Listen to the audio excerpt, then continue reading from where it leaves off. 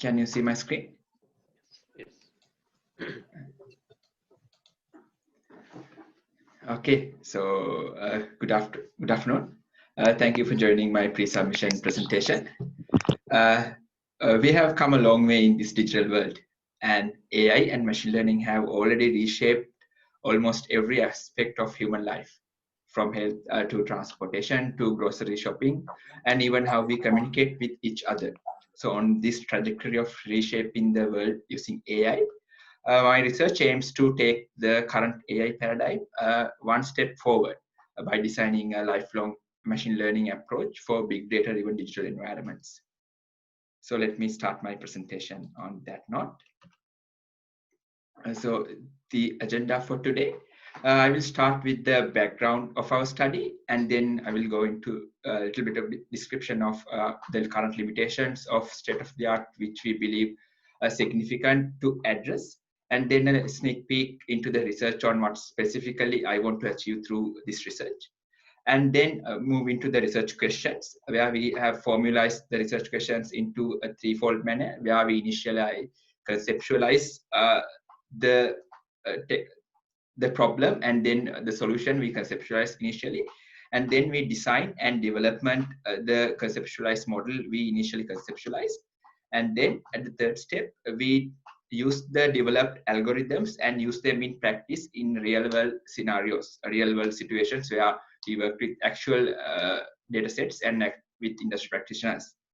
And finally, I will wrap it up with discussing what's the significance of this research, and where we are in terms of the AI aspects, and what would be the next step to take this work into the future.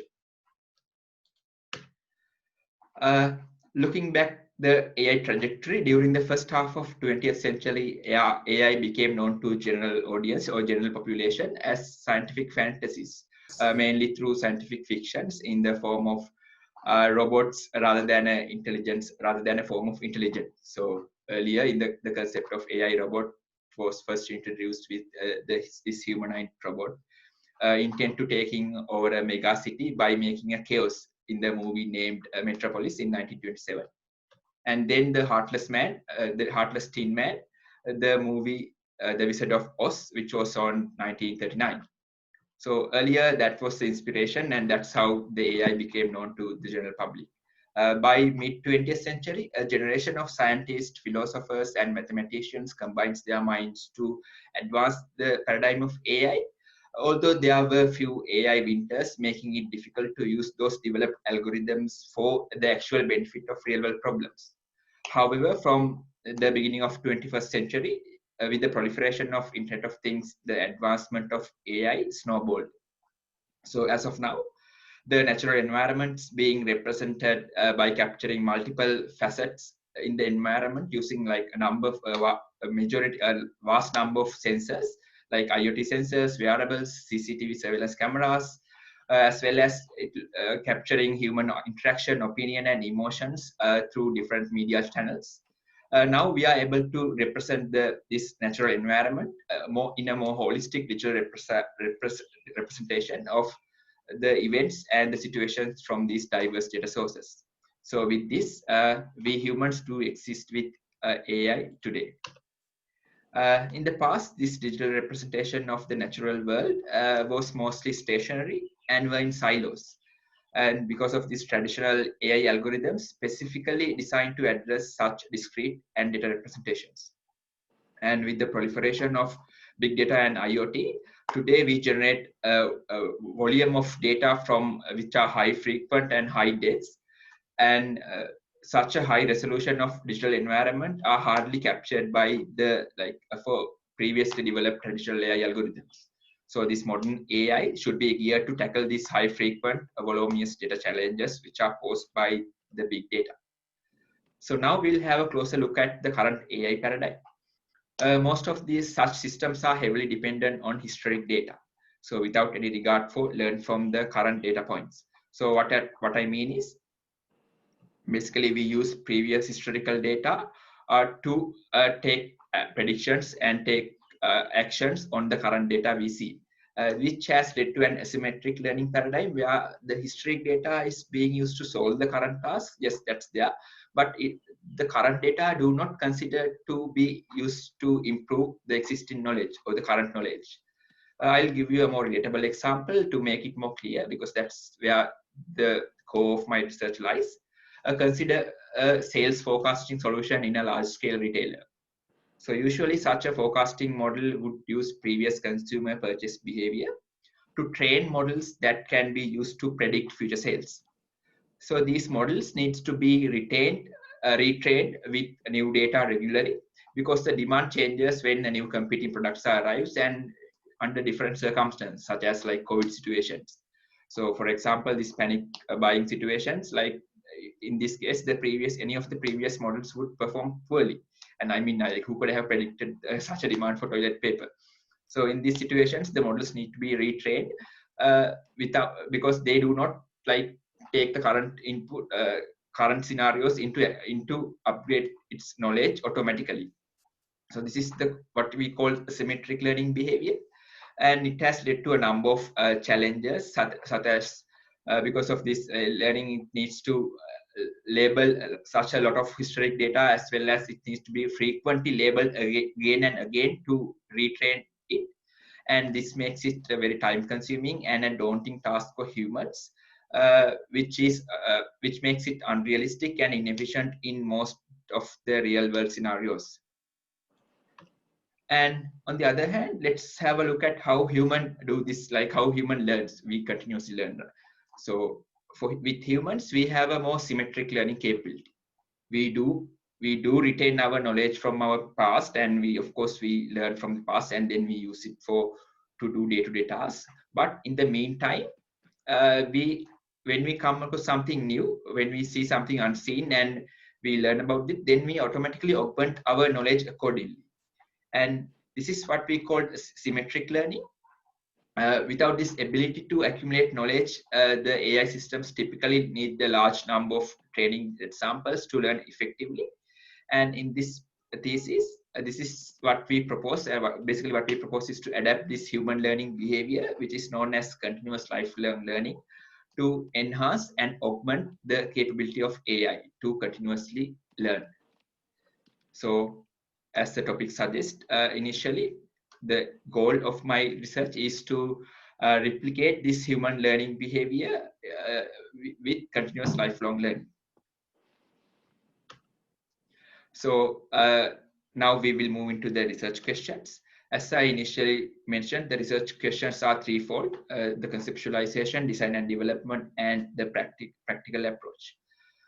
First, in the first research question, we identify the limitations of current AI techniques, and then how we can relate it with the biological and neurophysiological research. And with that, we've come up with the conceptualized framework to propose how the continuous lifelong learning can be achieved through AI models. And in the second research question, we delve into the design and development of algorithms and technologies which are inspired by neurophysiological findings to solve the identified problems. And finally, in the third research question, we demonstrate these developed algorithms and techniques to solve real-world problems. Now we will go into the first research questions. First research question. Actually, the first research question is decomposed into 4 sub-questions. First, we look at the challenges posed by the big data and IoT. And then we look at the structural and functional facets of biological neurophysiological systems in humans. And then we attempt to relate these two. So first, in the first sub-question, we look at the limitations with the current digital systems like AI. And in the next one, we look at the humans. And in the third, we try to map what are the limitations which the AI or the current digital environments has, and how we can overcome them by using biological inspiration. And in the fourth research sub-question, we develop an overarching conceptual framework for the algorithmic development, and which we use as the basis of this thesis. So in achieving a symmetric continuous lifelong learning system, the main obstacle we face is the catastrophic forgetting. So that is the wipeout of previous knowledge upon the arrival of new memories. And widely used technique for this symmetric learning in recent literature is called memory rehearsal, which is called storing previous data samples and regularly replay it to the memory network. So that this is this one, but this leads to a number of challenges, which basically it requires to explicitly store a large volume of data, continuously accumulating data over the model lifetime. Because of there would be a data storage constraint, as well as there could be constraints related to privacy. Because of the privacy reasons, we might not be able to save or store these data. On the other hand, there were some recent approach was to allocate additional computation or neural resources for the connectionist models. But with that, there comes the issue with scalability of the neural architecture. And also there are some research work which have been done using deep neural networks, deep learning based like long LSTMs and deep neural networks. But with that, it requires massive volumes of labeled data, which is a limitation with that. Looking at now, let us take a step back and look at how human functions. So basically, how human brain is equipped with over 100 billion connected neurons that enables number of perception tasks. And the most interesting is that the algorithm, the brain algorithm which supports all these functions is similar. So that's what we call one algorithm to rule all of these functions. So it's simply like the brain has one single algorithm for visual perception, auditory perception, sense smell, or feel pain. It's just one single algorithm. And basically looking at the biological research and investigations, we have identified 7 useful structural and functional bases of our brain that can drive AI to be able to learn continuously. So now I will take you through these 7 biological bases. The first one is the invariant representation of memory. This means that our brain develops an abstract or generalized representation of what we encounter rather than specifically remembering each incident. So this has been both found through neurophysiological research, as well as this has been philosophized by Aristotle even before 3300 BC. So this type of a biological inspiration has been utilized with convolutional neural networks, which I personally believe the most remarkable deep learning architecture, a tool that works with large volumes of data. But the problem there is that even this CNN can be fooled by a single variation in this that has been found out. So the next biological base is persistence and transience of memory. So to simply put that, that's remembering and forgetting. For humans, the interplay between remembering and forgetting allows the intelligent decision making, and basically specifically in dynamic and noisy environments, and it will allow humans to overcome the catastrophic forgetting. The next 2 biological bases are a sequence related to temporal associations in our brain, which we can use to inspire a new breed of AI. So to explain these 2 biological bases, the first, sequential information storage, that refers to when information is stored in our brain, it stores as sequences. And because of that reason, when we try to recall them, we have to recall them as sequences as well. So the simplest example would be the alphabet. Can anyone say what's the 18th letter of the English alphabet, or 20th, just by doing that? No, right? You have to go through it from A to Z and see what's the 18th or 20th number. Or can you recite it backwards? Unless you have trained to do that, probably it will be difficult for you to do. So that's because the sequential nature of how we store information as well as how we recall information. Bringing them into computational paradigms, this was first attempted by Ellman in 1990 using a recurrent neural network.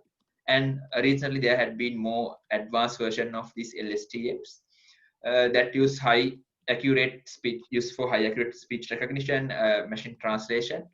But as said again, the main limiting factor is the need for massive volumes of labeled data. The next one is the hierarchical abstraction of memory. So what this says is that our brain forms as a hierarchy to understand sensory perceptions. So this would be a good example, because when we see a visual stimuli, initially our brain, basically this is a simplification what I'm saying to for object detection particularly, our brain has like 4 specific compartment, especially the primary visual cortex. So initially it will learn edges and then go into shapes, and at the top highest level only it will identify whether what's the complete sense of that. Next, we have multimodal information fusions, where the brain will combine information received to multiple sources. Basically, we have 5 senses, and will combine all these senses to derive a holistic representation. The final biological base we consider for our research is the complementary learning systems theory.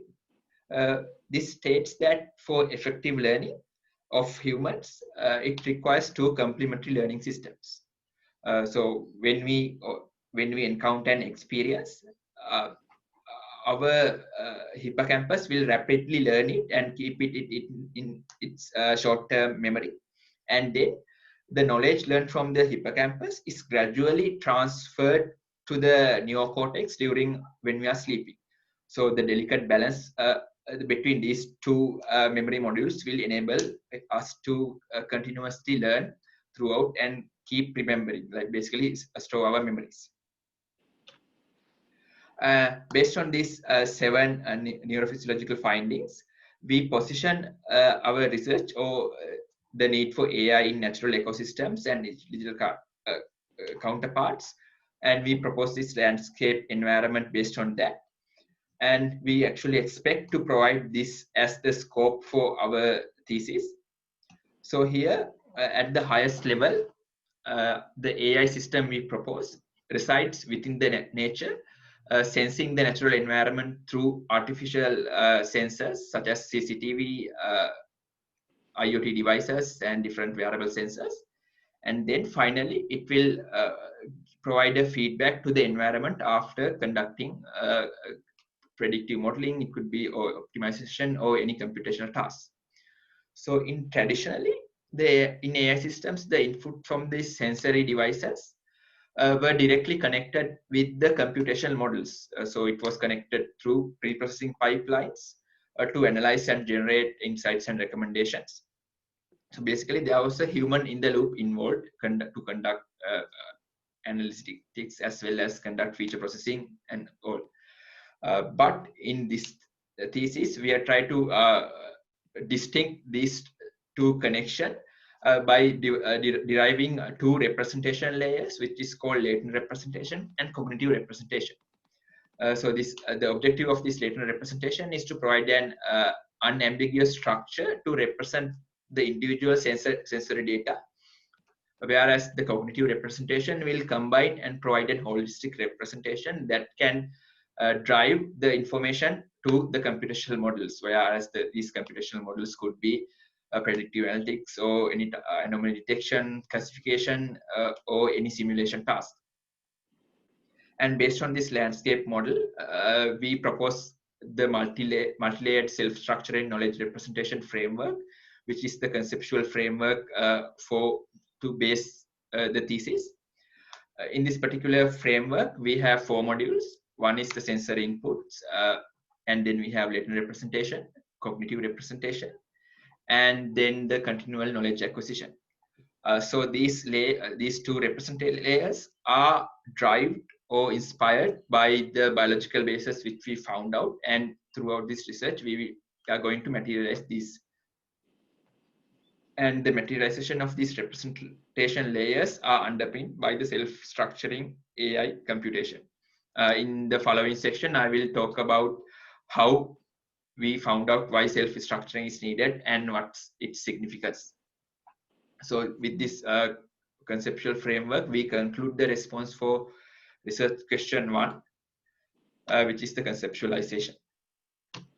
So next we will move into the second research question, where we will incrementally develop or materialize this proposed conceptualized framework. The second research question is also composed into 5 sub-questions. First, we investigate the viability of existing computational paradigms to be used as the base for our representation learning architecture. And second, we look into the limitations of the current representation architectures. And then third, we will develop the representation mechanism to preserve stability and plasticity to support continuous lifelong learning. And then we look into deriving holistic representation for multiple data streams. And finally, we develop the continuous lifelong learning architecture based on the first 4 sub-questions, what we developed in first 4 sub-questions. And altogether, all these questions are directed to implement or materialize the initially found 7 biological bases. So in order to materialize this framework, we conduct an extensive survey to identify most suitable or viable representation paradigms. So starting with statistical modeling methods, which has a long-standing focus on inference problems. However, these are designed for isolated and symmetric learning environments, traditional environments with smaller data sets. Because of that, these do not cope well with big data environments, so we omit considering them into further. And then second, we have the supervised learning, which of course, as you know, it requires large volumes of labeled data. And then we looked at into unsupervised machine learning, which has quite with similarity to how human learns. Not only how human classifies objects, but more onto how human will develop a representation of the natural world. And the branch of self-organizing has further similarities to the identified promising directions of this research. Because of that, we have a further look on self-organization paradigms, both into from an ecological point of view as well as a biological point of view. So looking at the self-organization from an ecological point of view, when looking at the nature, we can observe the self-organization universally. If we take a plant distribution on a mountainside, or the flocking behavior of birds, or if we take an ant colony, which are basically being used for a number of algorithmic and optimization paradigms. Also, when looking at the self-organization from a biological front, in 1986, Singer demonstrated that the development of topological maps in our biological brain generally happens through self-organization of the experiences we have encountered. So what he proposed was basically the brain will wire itself at the fetus development, similar to how a computer is manufactured according to a blueprint, a preset circuit diagram. And as the computer basically amend itself while installing softwares and different things, our brain will also improve its knowledge capacity using the self-organizing process based on the experiences we make. Earlier we looked at this the self-organization from a ecological and biological point of view, but now we will look at from a computational point of view. So the early models of self-organization in computational paradigms were mostly statistical and mathematical models, but around in 1949, once the Hebbian learning concept was introduced, it has taken a further step where Kohonen implemented the self-organizing feature map, which we consider as an iconic or one of the main steps towards the better self-organizing computation. So in his proposal, the self-organizing map is a neural network that can make a high-dimensional input space. It can be reduced into a lower dimensional discrete representation while preserving the topological relationships in the input space. However, this original SOM architecture has a fixed topology where the dimensions of the topological map needs to be predefined uh, at the learning phase, at the beginning. Because of that, it makes a difficulty, because usually when we have a data set, or when we have a data paradigm, we are not aware how it will look like. We need to explore it. But if when we are exploring it, if we try to set up an boundary, it will not be the best suitable solution. And because of that, the solution would be to determine the structure as well as the size of the network during the learning part, during the self-structuring part. Because of that, we will look into the growing variations of self-organizing maps. So there are a couple of self-organizing maps available, solutions which are available, starting with the growing self structure, and then growing neural gas to growing when required. For growing cell structure, it has a connectivity defined by triangles, and a problem with that is the mapping cannot be guaranteed for a higher dimensional input spaces. When it comes to GNG and GWR, both are simply the graphs with set of edges and vertices. And the difference between these two is when the node growth occurs. When GNG, the node growth occurs after each learning iteration, whereas in GWR, the node growth will occur when a new input is presented, but the map cannot successfully cope with that. So when looking at this, the growing when required is an ideal candidate for self-structuring in to mimic the biological brain. But we found like a couple of limitations with that. One, because of this graph nature, the visualization capability is not that adequate. And the second limitation is because when constructing the GWR as a hierarchical memory, it's a bit difficult because of the similar growth construct, the similar growth constraint. Because of that, we looked at another growing self-organizing paradigm, which is called growing self-organizing maps. So this is an growing variant of the self-organizing maps that produce a 2D representation. Why we specifically, one of the main reasons to select growing self-organizing map is that its capability to achieve hierarchical clustering with the ability to control the spread. So when we are, because at the beginning I said that we are using hierarchical memory abstraction as one of our key biological bases, and for that, having the self-structure controlling the spread of the network is something which is very suitable, which can be taken into consideration, and that's one of the reasons we selected this GSOM as our foundation algorithm. So by this point, the development so far is that for latent representations, we have figured out a self-structuring base, which is the GSOM.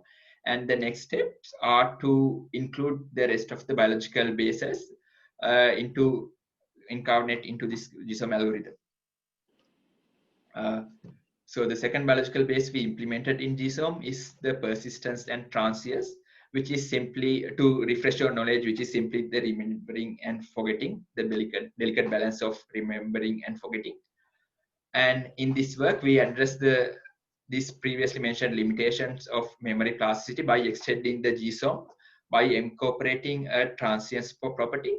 So rather than delving into the algorithm of that, I will take you through a visual journey to explain the process.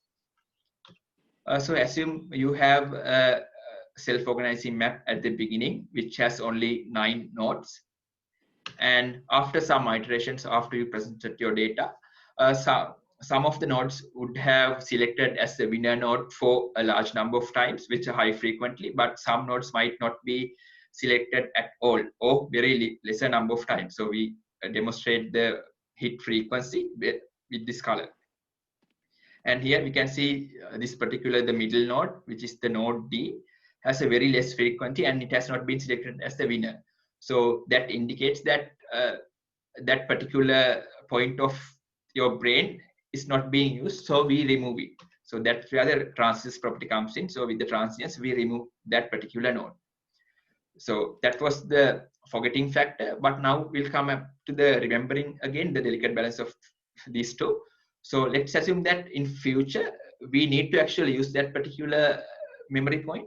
So in that case, what it will actually do is, if there's a particular need to be used that particular node, then most of the time the inputs won't be able to represent sufficiently by the network map, the neural map, and because of that, the error of one of these neighbors would become higher.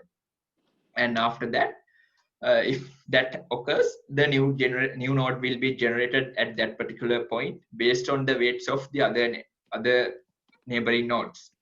And with that, the remembering will come again. So that's a delicate balance between persistence and transience, and this has been incorporated into GSOM. So the next one is to improve the base GSOM by implementing the sequential storage and auto-associative memory recall, which were the two biological bases. And looking at most current self-organizing algorithms, they are able to capture the spatial spectrum of the stationary data, but they are not able to capture the temporal aspect or the time series nature or the non-stationary data streams. To address this limitation, we extend the current GSOM by incorporating a temporal context module to capture this recursive nature of the data streams. Let me take you through that as well as with the visual explanation. So let's assume that the temporal aspect comes with videos. So let's say we have a person who's riding on a horse. That's a video we have, and we have 3 frames. And now we'll try to represent these videos in a representation self-organizing map. So at first, what it will happen is it will use the first video frame to represent, and let's say usually at the first point it will only use the Euclidean distance, which is the distance matrix, to select the node, select the winner, whatever the node. So in this case, let's say that it's node B. So with that, something we bring novel is that we use a contextual capture. So there we store the weight of the previously selected node, which is the node B. And then we are inputting the next frame, which is the next frame. And then when the winner is being selected, it does not only use this particular feature, but it will also consider the previous weight. So how it does is, this is the distance vector, and in the new distance vector, the first part is influenced by the current frame, and the second part is influenced by the previous frame. So that's how the previous context is being captured when selecting the winner of the second step. And likewise, when you are going to third step, the previous input is being captured. So that's how we implement the recurrent learning nature in the GSOM. And next, we incorporate the next 2 biological bases: hierarchical abstraction. So we can see the hierarchical abstraction here, hierarchical nature, and then multimodal information fusion. So we implement this by using our improved recurrent transient GSOM, and we incorporate them as a hierarchy to capture the information from multiple data streams. So this could be used to capture information from multiple modalities like audio or video, or in the other sense, different aspects of the same stream. For example, spatial features of the video and the temporal features of the video. So this is the multi-stream self-organizing architecture. And now we'll go back to our first research question, which is the conceptual framework. And so far we have come up to this level. We had the representation, and we have, for the representation, we have incorporated these biological bases. And the next, so at this step, rather than going to the next level, we have conduct an experiment to evaluate these novel implementations, whether they actually work well with temporal data and spatial data, or if not, we need to go back and fix that. So here we conduct an experiment for human activity recognitions to evaluate all the algorithms we developed previously. So here we use two layers, uh, because two hierarchical layers. Of course, when the number of layers increases, the abstraction becomes higher, which can tend to more better representation, but it comes with a cost. It comes with the computation cost. So there would be a trade-off between accuracy and the computation. Because of that, we kept our self-organizing map architecture to two layers. Uh, to to do the experimentation, we selected three data sets. One is called KTH dataset, which are basic human actions, and Weissman dataset is also similar. But in again, we use UCF11 dataset, which are human activities from YouTube. So this UCF11 dataset is a bit challenging considering the other two datasets, because it has large variations in camera motion, and definitely there's a large clutter in the background because these are different. But if you take a look at here, the background is not that much of an issue. When after we evaluate, we can see that we have been able to achieve very high accuracy with Weissman and KTH dataset, and considerable accuracy with UCF11 dataset as well. Then we compared our methods with state-of-the-art models. So for this KTH dataset and Weissman dataset, there are a number of unsupervised methods that had been at a state-of-the-art method that had been attempted. And with that,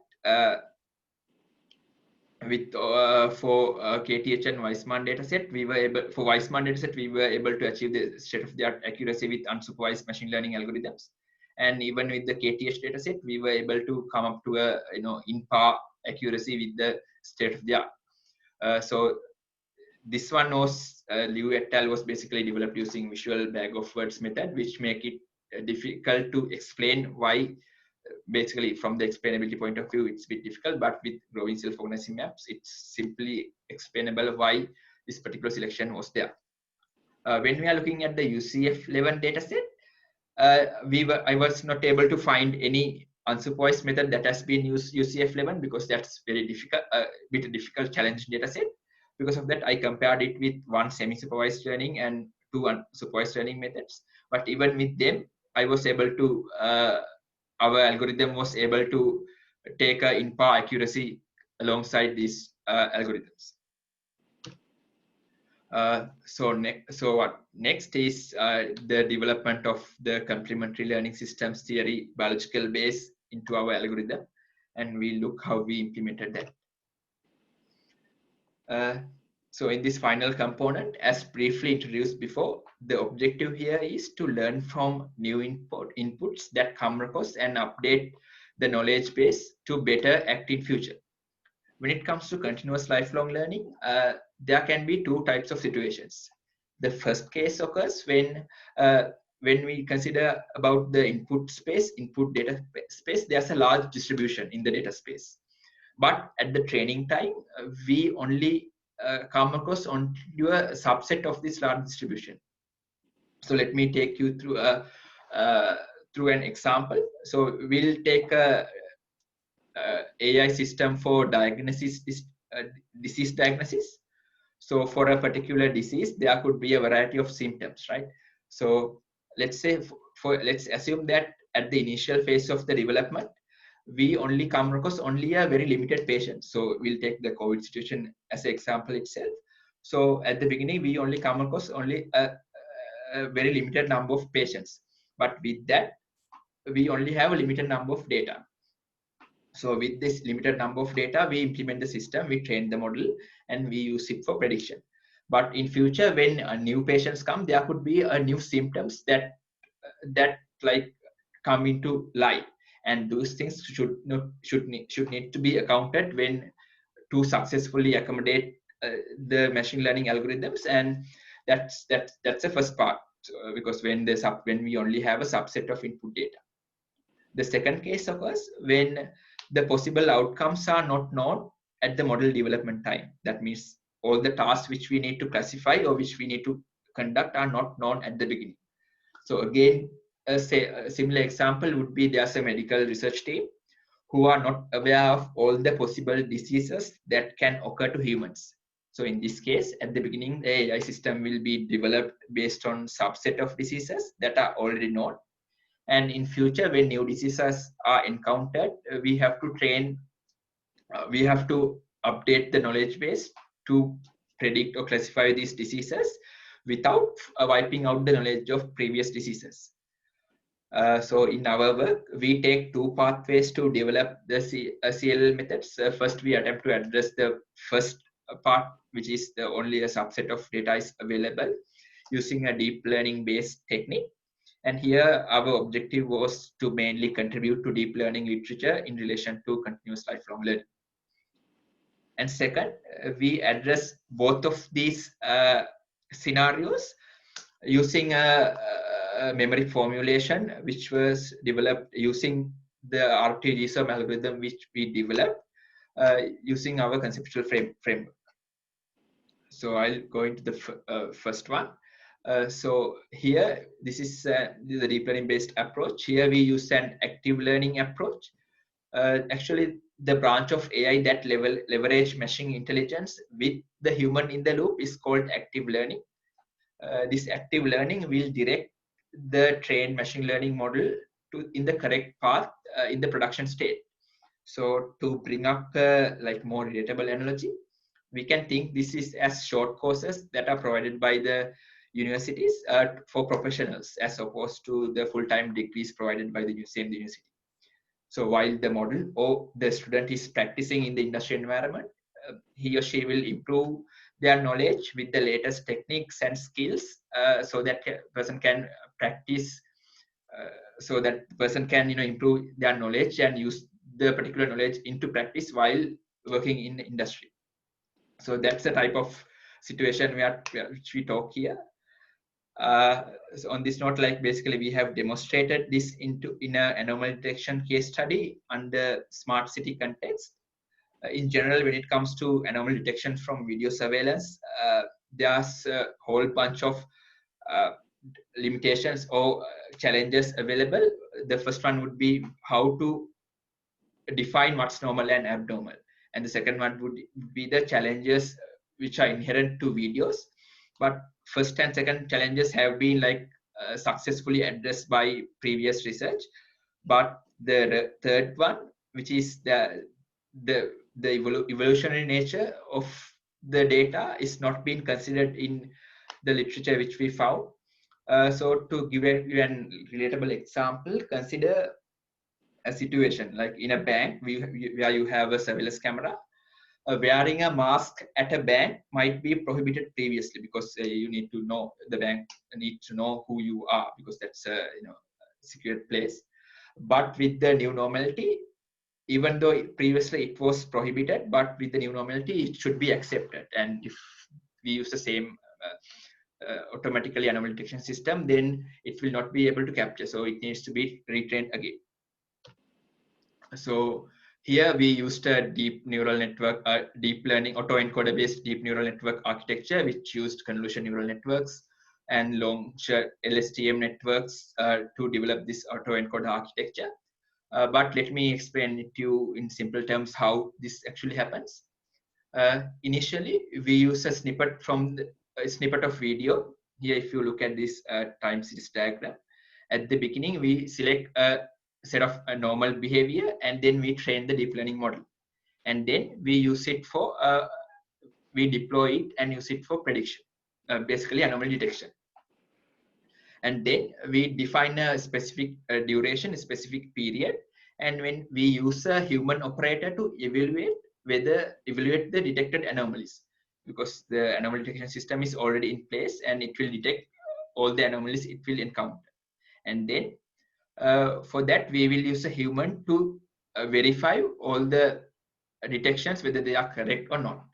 And after that, after this pre-specific time, we retrain the model using the stored data and the false positives which were found out. And then it's being continuously deployed.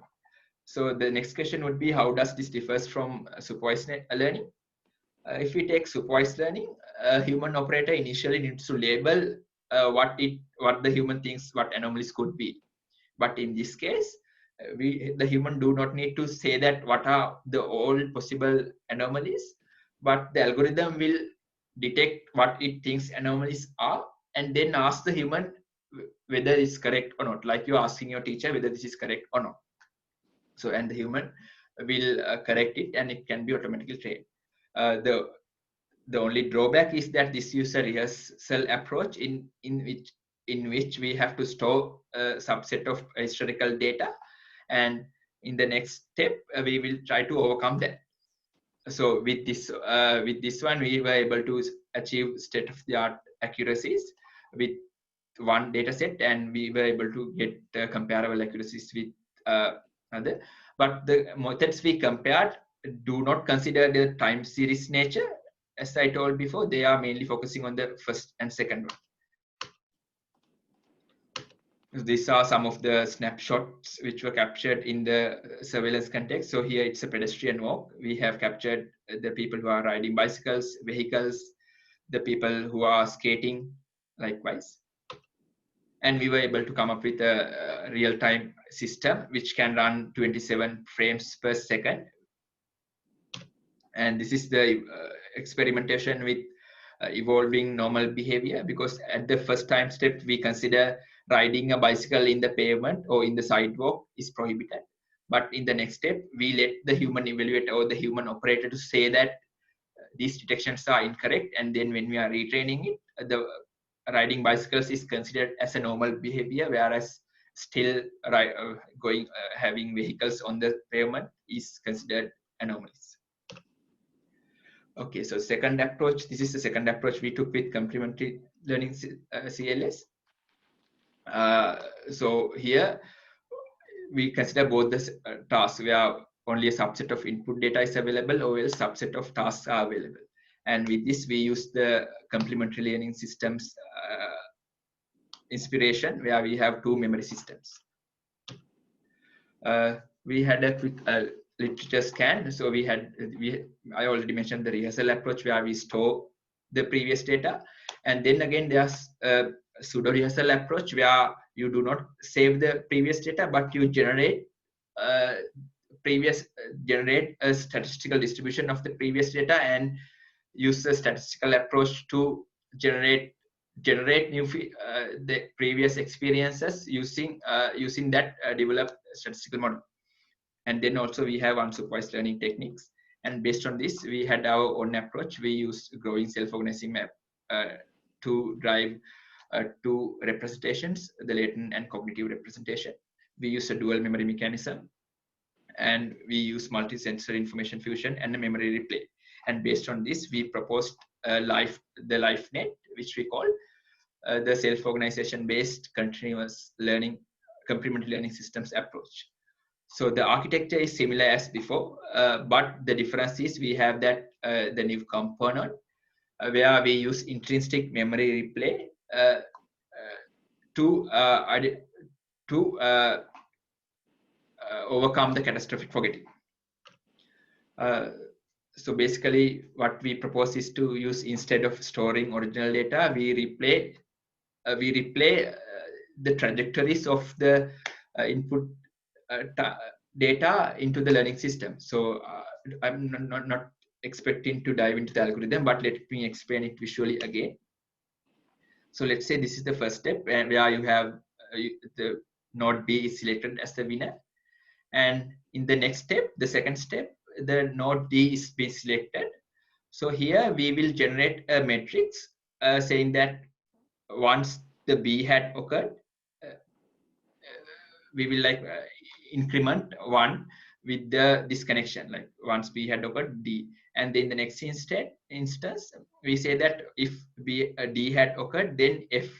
So we will increment this as once. So likewise, if once the model has been trained for a number of iterations, it will come up to, we will have a matrix, and then we can select the highest frequent combinations and then use that to replay to the memory.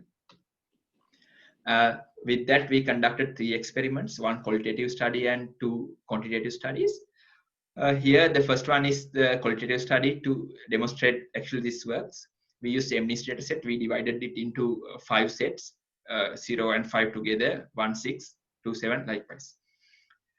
And here, basically, first we introduce 0 and 5. It has only represented 0 and 5 in the self-organizing network.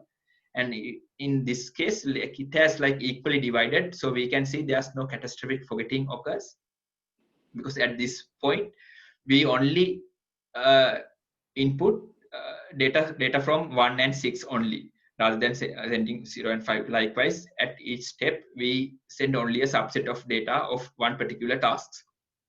So it has been able to overcome the catastrophic forgetting up to some limitation. So then we conduct an quantitative analysis using the CIFAR 100 dataset of which has 20 superclasses of objects. And with that, we were able to come to in par with the state-of-the-art accuracies with CLL methods. And here what we can see is at each time step, we introduce one of the image classes. So it could be, at this point, it could be all the apples. And at this instance, it could be all the lions photos, likewise. So here what we have is the blue color line is the accuracy for all the classes, and the green color line is the accuracy for the newly introduced class. So here we can see the accuracy of all the classes is higher, which is what we actually we need, because it does not catastrophic forget based on the new input only. It will maintain the accuracy for previous data as well. So that's what this says. And then we attempted, so this was attempted with only the spatial stream, but here we use the spatial and temporal, both the streams with the LifeNet. So here we tried out with 2 dataset, KTH dataset and Weissman dataset. If you can recall previously, we tested that with our RT-GSOM as well, the multi-stream architecture. There we were able to get the state-of-the-art accuracy. But with LifeNet, the accuracy was quite low, but that is obvious, because in previously we had all the data points, all the classes of actions beforehand, but here we will only introduce classes one by one. Because of that, the accuracy drop is expected. Sorry, is Rashmika? Yeah. Just like we're quite close to 3, so I just want to check. Is it how long does it take? 5 more minutes. 5 to 10 minutes. Yeah. So just want to check. Is anyone have to leave 3, or want to have like a quick questions, or we can wait until Rashmika finish? Okay, I think you can go ahead. Thank you. Yeah. So as such, we have been implemented the conceptual framework completed, and we have addressed the research question 2. And the next step is the research, basically how we use that into practice. And for practices, we have used 2 case studies. One is the license plate detection system, and the next one is the stroke rehabilitation in digital health context.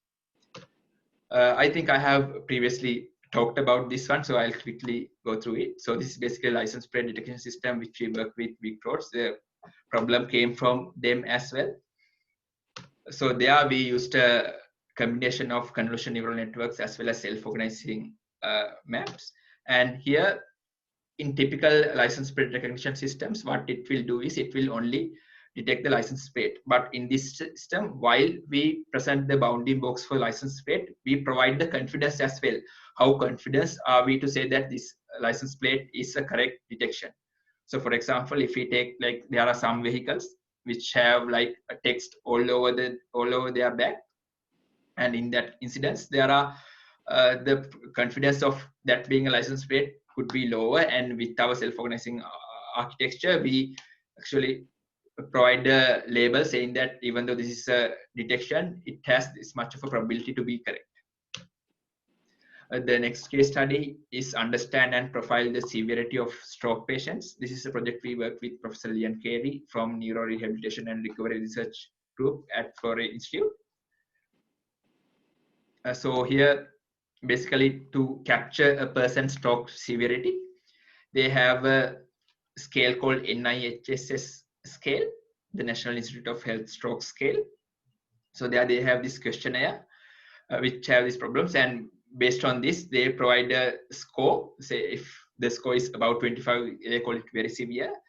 But the problem here is this is not representative enough. Even though you call a person it has a moderate or mild severe, it does not specifically say which aspect the person has disabilities or severity in. So that was a problem.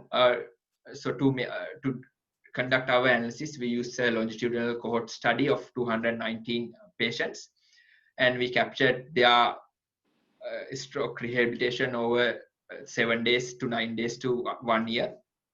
And with that, we were able to derive profiles of these patients. So here we only have patients who have mild stroke, but still we were able to, using our algorithm, we were able to capture different clusters. For example, on this particular cluster, there's only people with motor control. So only a one cluster was that the people who had any particular issues, issues, but there were like few more clusters which have language disabilities, facial palsy, which means that their face is like did not have a proper form in that case.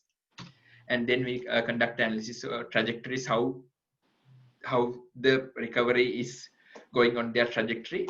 Because of that, we were able to figure out, even at one time period all the patients were same, we were able to track back what was their trajectory of their recovery trajectory. So that was the conclusion of the third research question. And to position my research in the AI spectrum, we started with the narrow intelligence, and we are aiming to go into general intelligence. We are not there yet, but this thesis brings this into one step ahead, closer to AGI. And the main contribution of this thesis being conceptualization of the continuous lifelong learning, and then we have actually implemented that and used it to real world case studies.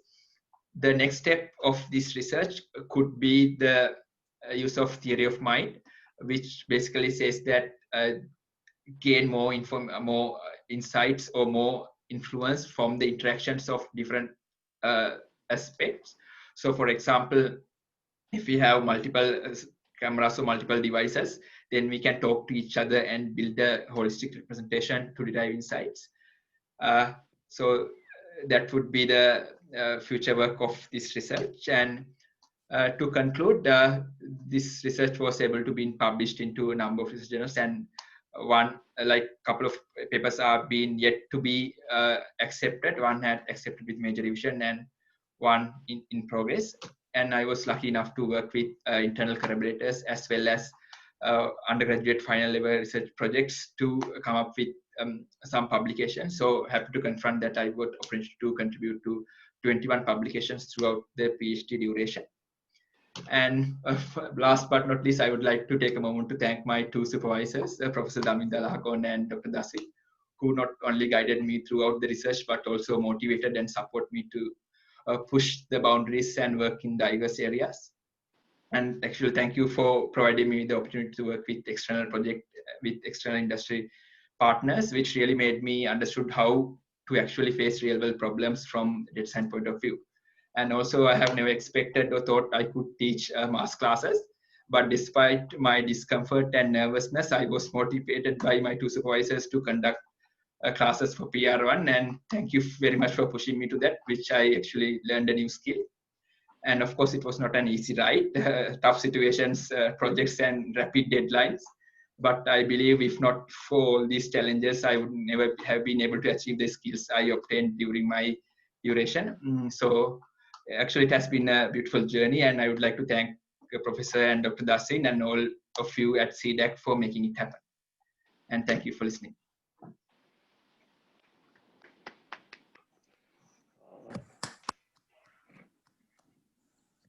Well,